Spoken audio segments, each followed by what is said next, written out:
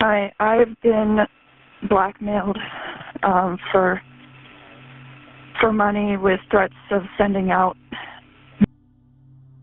me. Okay. Do you live in Salt Lake or Sandy or? Salt Lake City.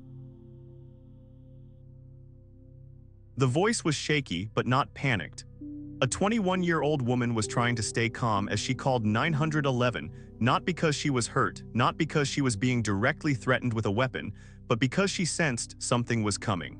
Something very bad. It was Lauren McCluskey, a senior at the University of Utah. Smart, independent, and driven, a full-track scholarship winner, a runner who had represented the school in dozens of races. She lived modestly in her dorm, called her parents regularly, and had never caused trouble. But that night, Lauren didn't call her mother. She called the police. She said she had reported the incident to the school but still felt uneasy, so she decided to ask the city police to intervene as a last-ditch effort to protect herself. It was late at night. The campus was bathed in a dim yellow light, the hallways were deserted, the parking lot was silent as if it had swallowed every sound. Lauren, alone, walked through each familiar dark corner. But this time, everything was no longer peaceful. Little did she know that it could be her last night, and just a few days after that call, all contact with Lauren was cut off. Why didn't the police react in time? What was she afraid of? At the end of it all, you're still my best friend. But there's something inside that I need to release. On October 9, 2018, Lauren McCluskey officially ended her nearly month-long relationship with Melvin Rowland, a man she believed was a student, but later discovered was a convicted sex offender on parole. She called him and asked to meet to retrieve the car she had lent him. The meeting location was near a dorm on the University of Utah campus. Rowland appeared calm, returned the car, and left, but Lauren was not entirely reassured. She reported the breakup to campus police, citing concerns about his true identity. Just 2 days later, anonymous text messages began to appear. They included details of Rowland's supposed death, invitations to a funeral, and then threats to release intimate photos unless Lauren sent money. On October 13, she went to the campus police station and gave a detailed report, noting that the phone number that sent the message matched the number Rowland had used. However, the case has not yet been turned over to criminal investigation. From October 14 to 19, Rowland began to appear around campus several times. One time, security cameras recorded him wearing a Deadpool superhero costume, hanging around Lauren's dormitory in the afternoon but not seeing her. On the 19th, Lauren texted her mother, "He knows everything." Someone in the system leaked the information to him. She began to worry that the content of her report to the police had been leaked. On October 22 at 8 p.m., Lauren had just left night class and was on her way back to the dormitory. She called her mother, chatting happily about her homework and assignment schedule. But just a few minutes later, her voice suddenly became panicked. No. Then the call abruptly ended. Minutes later, security cameras captured Rowland near the dorm parking lot where Lauren had just passed. He had borrowed a car from an acquaintance and ambushed her. No one witnessed the incident directly, but audio from the last call and camera data helped determine the exact time. Around 8:20 p.m., right in the university area. In less than a minute, Lauren was forced out of the public space. Then there was complete silence. No one in the area heard any cries for help. There were no signs of resistance at the scene. But the sudden disappearance of a punctual girl, with a clear schedule, caused the family to immediately raise the alarm. On the evening of October 22, 2018, in Salt Lake City, Utah, at 8:23 p.m., Jill McCluskey, Lauren's mother, was still clutching her phone, frantically calling her daughter back after hearing no. In the middle of the conversation, the call was abruptly disconnected. Lauren did not answer. She called back immediately, still no response. Less than a minute later, she dialed 911 and reported that her daughter might have been in danger. The emergency call was answered immediately. Hi, is this the University of Utah? This is. How can I help you? Okay, this is a dispatch center in the state of Washington. I have a 911 call to transfer you. Hold on one moment, please. Okay. Sir, are you still there? Hi. Okay, you're on the phone with the dispatch for the University of Utah. Hi, this is Chris with the University of Utah Police. Hi, my daughter, Lauren McCluskey, was talking to her mom, and then she just started saying, no, no, no, no, no. And it sounded like someone might have been grabbing her or something. Okay. How long ago was this? This was just 2 minutes ago. Okay. Phil, can you come down here?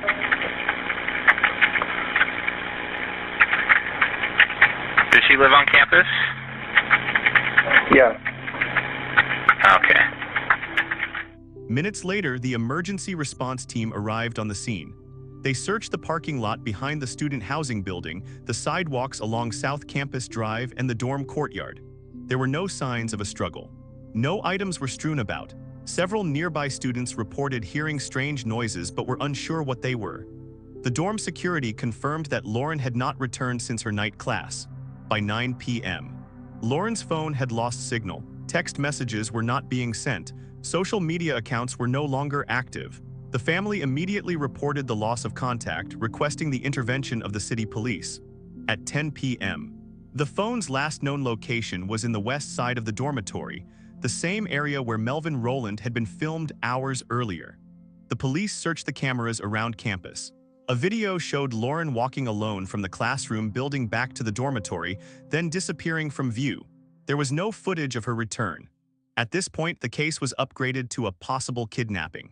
The school issued an internal alert. Students were advised to limit their time outside and to report any sightings of Lauren. The search team expanded the scope, scanning the entire campus perimeter. In the early morning hours of October 23, nearly 9 hours after Lauren went missing, police discovered a silver Buick abandoned in the west parking lot of the campus. The car had been reported borrowed from an acquaintance by Melvin Rowland, Lauren's ex-boyfriend, the previous morning. When they opened the door to check, they were shocked to find the body of a young woman curled up in the back seat. The car doors were locked. There were no keys, no one else was around. The area was immediately cordoned off. Forensics arrived to determine the identity and cause of death. It didn't take long. The victim was Lauren McCluskey. She had disappeared within minutes and was found just a few hundred yards from where she had last been seen. The parking lot west of the University of Utah campus was immediately blocked off. In the early morning hours of October 23, 2018, after Lauren McCluskey's body was found inside a silver Buick parked in the west parking lot of the campus, forensics immediately began an investigation of the scene. The vehicle was completely sealed off. There were no signs of forced entry from the outside. The doors were locked, the windows were intact, and the body of the vehicle had no unusual scratches. The ground around the vehicle was dry, with no screeching tire marks, blood stains, drag marks, or any signs that the victim had ever been resisted or fled. Inside the vehicle, the victim's body was lying in the back seat, leaning to the right, legs bent and arms hanging down. There were no personal items in the vehicle's compartment. No cell phone, purse, or keys were found at the scene. The interior of the vehicle was undisturbed, with no debris or scattered objects. Every detail showed no signs of struggle or resistance. The medical examiner concluded that Lauren died from 7 gunshot wounds at close range, mostly to the chest and back. The bullets were fired from behind, slanting upward, consistent with a crouching or turned position when attacked. The wounds were almost instantly fatal. There were no bruises, no binding marks, no other injuries. The time of death was determined to be approximately 8:30 p.m. On October 22, consistent with the time Lauren ended the call with her mother. The condition of the body temperature, and level of stiffness all matched the time period of 7-9 hours that had elapsed since discovery. After the autopsy was completed, investigators determined that this was a calculated murder, carried out quickly, leaving no loopholes. Every detail of the crime scene, from the locked door to the position of the body to the layout of the space, suggested that the killer had taken control of the entire situation. In the pale light of dawn, the car sat quietly in the middle of the empty parking lot. No sound, no warning signs, just a body and a deafening silence. From the beginning, campus police quickly identified the main suspect as Melvin Sean Rowland, who had dated Lauren for nearly a month. According to the report, from October 19 to 22, security cameras recorded images of Rowland appearing around the dorm hall and parking lot multiple times, clearly showing the behavior of following and searching for the girl. Police used these recordings to narrow down the person they needed to approach within Lauren's group of friends and the dorm area. On October 19, Lauren called the Salt Lake City Police Department to express her concerns because she had not received any response to the extortion or threatening messages from her ex-boyfriend. She then sent campus police photos of evidence including text messages, screenshots of conversations, and a receipt for a $1,000 transfer via Venmo as requested for extortion. Police took note and opened an initial case first on charges of sexual extortion. Over the following days, especially from October 22nd evening, Rowland began approaching Lauren in various locations around campus. From 3 to 6 p.m., he waited for her and her friends in the dorm hall.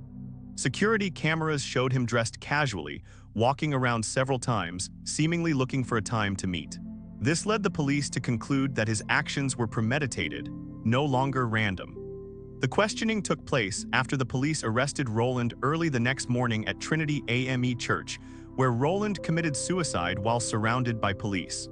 Before that, Rowland had tried to avoid meeting another woman he met through a dating app, going out to dinner, touring the Capitol, then going home to shower like a normal person. This calm action, after committing the crime, further increased the coldness in the investigators' argument. This was a planned, calculated case, not a knee-jerk reaction or loss of emotional control. During the investigation, a notable twist involved the unprofessional handling of sensitive evidence by the police. According to the independent investigation report, Officer Miguel Derez, who received some private photos that Lauren sent as evidence, showed those photos to his colleagues, making inappropriate jokes. This behavior led to his dismissal after a thorough investigation by the Utah Department of Public Safety found violations in the way evidence was stored and shared. This event caused strong public criticism of the way evidence was managed and the unserious attitude of some of the personnel in charge of the case. Immediately before his arrest, Rowland did not give a satisfactory statement. Police relied on security video, text messages, statements from friends and family to reconstruct his behavior. He pretended to be deputy chief via text messages to lure Lauren out of the room, a sophisticated form of decoy. Campus police themselves said this behavior showed that Rowland was a person capable of psychological manipulation. The victim was extremely sophisticated. The final case was based on camera evidence, statements from the victim's friends, including warnings that he had been friends with Lauren's friends, and repeated emergency calls from Lauren and her family. They calculated Rowland committed the crime at about 8:20 p.m. on October 22, then left, met another woman, and killed himself the next morning. The legal spinner used Venmo data, text messages, surveillance cameras, indictment statements, and digital evidence to bring charges of first-degree murder, extortion, defamation, and hacking or accessing personal information. Rowland did not have a significant defense, and his suicide brought the case to a swift halt. The case lost its victim, but the perpetrator committed suicide shortly afterward, so there was no separate criminal trial for Melvin Rowland. However, the legal journey continued in the form of a civil lawsuit filed by Lauren's family seeking justice through compensation and liability from the university. In early 2019, the McCluskeys formally filed a lawsuit against the University of Utah and the campus police department, alleging that Lauren's calls for help were ignored without proper action, a negligence that left her a victim of criminal violence. The main arguments in the lawsuit include the delay in responding to the warning, the failure to conduct a serious investigation, the lack of safety support for the student when she reported the threat, and the officer's liability for revealing sensitive evidence of Lauren to his colleagues. The civil trial took place in Salt Lake County Circuit Court in 2020. Attorneys for the McCluskey family presented a series of warnings and incident reports that Lauren had made in the days leading up to her murder. Witnesses, Lauren's friends, and dorm staff gave detailed testimony.